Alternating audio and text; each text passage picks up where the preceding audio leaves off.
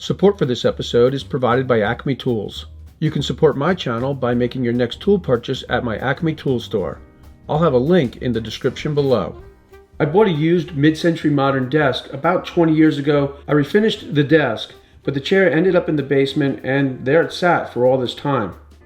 I recently moved the desk out into my art studio, which is on the second floor of the barn, and thought it would be nice to have the matching chair. I'll get started by taking the chair apart, making sure not to lose any of the hardware.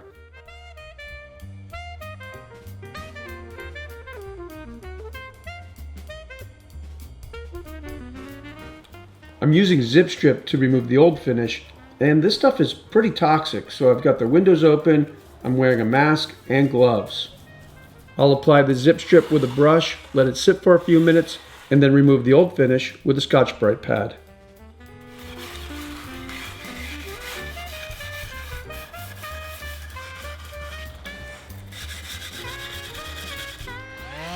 Next, I'll sand the chair with the palm sander and by hand using 150 grit sandpaper, and I always try to sand in the direction of the grain.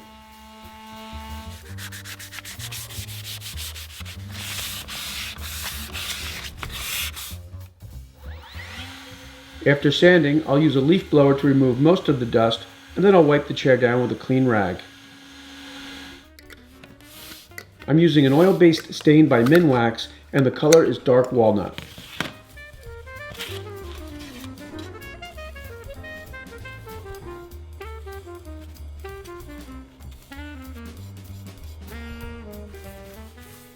I like to apply the stain with a brush, let it sit for a few minutes, and then wipe it off in the direction of the grain with a clean rag.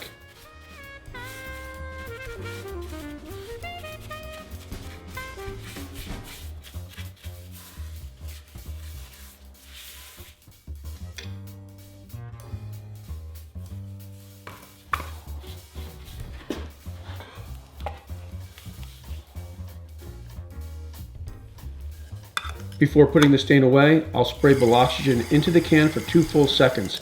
That will keep the oil-based stain from skimming over and going bad.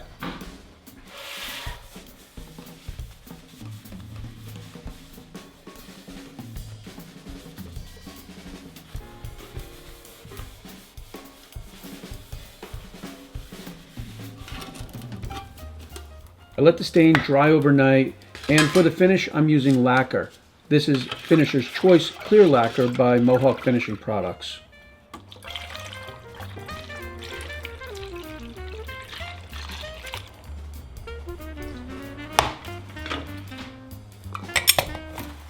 I just started using the Fuji Q5 spray system. It's really nice. The turbine is much quieter than my old spray system, and the gun is very easy to use and very easy to adjust.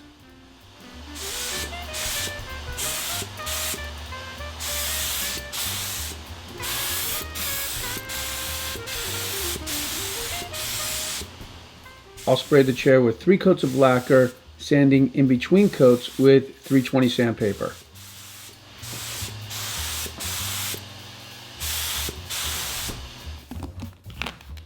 Now that I have the chair finished, I'll move on to upholstering the seat.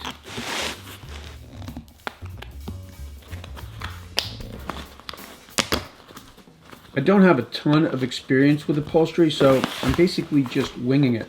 I'll remove the old upholstery and also make a repair to the seat bottom.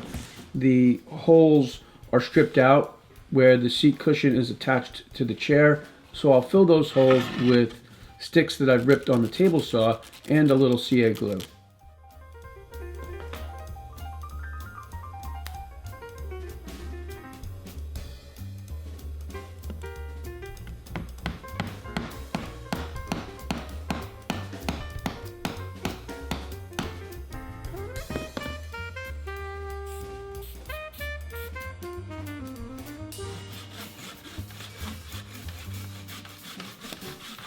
For the seat cushion, I start with high density polyester foam and I'll cut it flush with the plywood seat.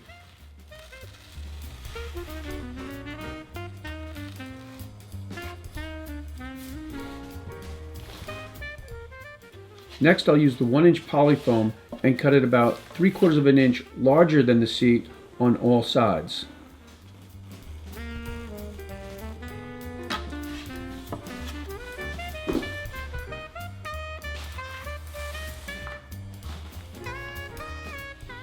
When I cut the fabric, I'll cut it large enough to be able to stretch it around the seat bottom.